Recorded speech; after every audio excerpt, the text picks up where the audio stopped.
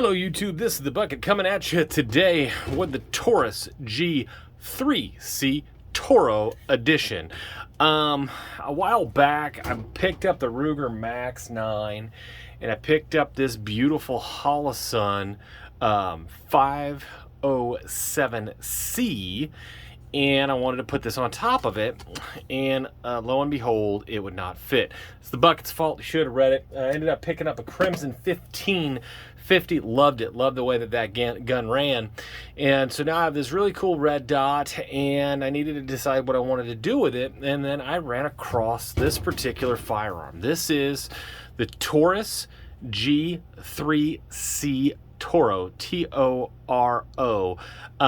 Stands for something to the effect of Taurus Optic Ready System, whatever. So I picked this firearm up because I figured somebody might want to pick up maybe a relatively inexpensive firearm, put a really nice red dot on it, and be in it for less than a gun that's optics ready but doesn't even come with a red dot. So I figured, you know, there might be some people that are going down that route. So when I picked up this firearm, obviously the optic was not on it. It had this plate on it, and then it had this wrench, and then it had this bag of goodies with a whole bunch of different plates and a lot of the different screws. And when I looked in the manual, I didn't see anything about the optics, but then I came to page 33 of my G3C Taurus manual. It didn't say anything about T.O.R.O. on it, and so I was afraid that the manual would not have anything about it, and I was wrong. Page 33 puts up this great grid. It's got the full-size screws, so you could just put the screws right on top of that.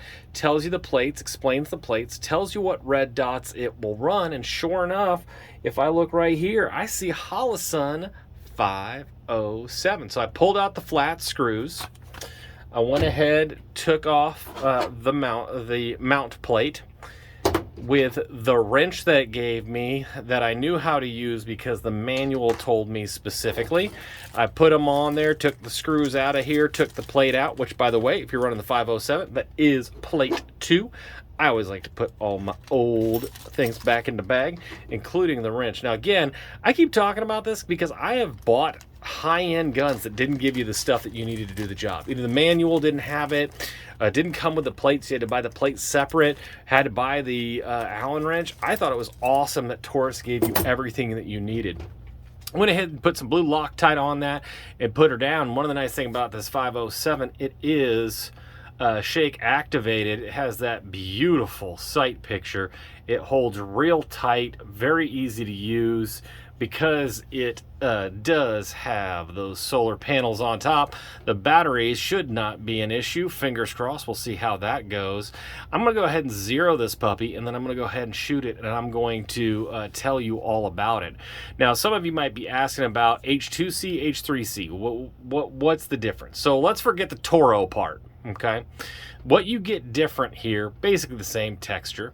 On the G3C, they had these troughs cut in here, and they did not have front slide serrations. Now, I think these slide serrations are pretty good. The G3C and the G3C have always been a gun that is relatively easy to rack. So I think that even though those aren't maybe the best front serrations, they're good. I really liked my G3C trigger. The G3C seems just as good. Some people tell me they're better. Some people tell me they're worse. This is the reset, about the same as the G3C, but comes to a nice clear wall, ready to go ahead and shoot. It is double strike capable, which I talked to you about that in the G3C video. I'll put that in the link in the description below. But I like that it has a place to put your thumb, just like the G3C.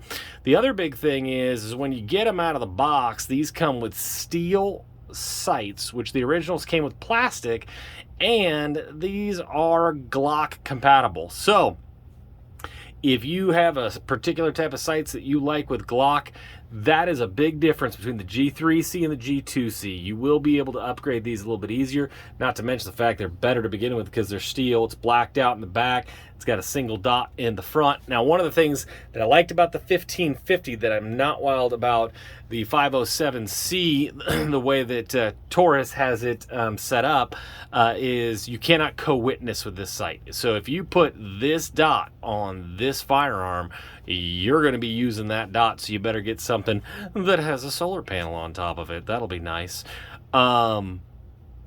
Now, I've heard conflicting about this. So I've heard that all the G3Cs came with a beautiful magazine and a beautiful second magazine, and then a boom, boom, boom, boom, beautiful third magazine, which I know the G2Cs did not come with 3. Now, I've heard conflicting on if all G3s come with 3 in a free state. I don't know. I know the T.O.R.O did. So the T.O.R.O for the G3C gets you this optic cut on here. May or may not be the reason we got this third mag. Just check when you're buying. So, what are the main differences? Triggers about the same. You do get front slide serrations. You do get better sights, and they're more compatible sights. So that's the G2C versus the G3C. When I was looking these up, you're looking at about a $30 to $40 difference. Are better sights that are going to last longer worth 30 or 40 bucks to you? Maybe. Are the slide serrations? Maybe. That's up to you. I'm going to be honest with you. If all the G3s come with a third magazine, that's reason enough to buy it, because you're going to end up spending that amount of money on top of it. T.O.R.O's run a little bit more. Now, one of the other things is this just has a witness hole to see as a loaded chamber indicator. The G2Cs had that button that you could feel on the top. Now, the G2Cs make it so with that loaded chamber indicator, it makes it harder to make a slide cut, to have somebody cut into it, and a lot of places won't do anything if it'll ever mess with a safety.